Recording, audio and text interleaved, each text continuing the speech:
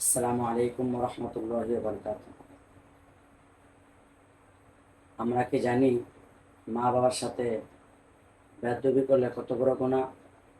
আল্লাহ নবী সাল্লাল্লাহু আলাইহি সাল্লাম বলেন, আলা উনাব্বিউকুম বিআকবিল কাবাইরি? ক্বালু বালা ইয়া রাসূলাল্লাহি। ক্বালা আল ইশরাকু বিল্লাহি ওয়া উকুকুল ওয়ালিদাইন। রাওয়াহুল বুখারী ও মুসলিম। আল্লাহ নবী সাল্লাল্লাহু আলাইহি সাল্লাম বলেছেন, সবচেয়ে বড় গুনাহ হলো আল্লাহর সাথে শিরক করা এবং মা বাবার অবাধ্য হওয়া। তাই মা বাবার সাথে বেয়াদবি শুধু অপরাধ নয়, বরং বড় গুনাহ। শিরকের পরেই এর স্থান।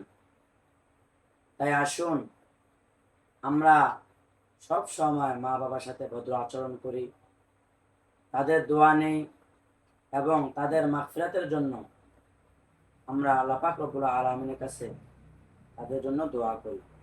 আল্লাহ পাক রব্বুল আলামিন আমাদের সবাইকে মা বাবার যথাযথ খেদমত করার তৌফিক দান করুন। আসসালামু আলাইকুম ওয়া রাহমাতুল্লাহি ওয়া বারাকাতুহু।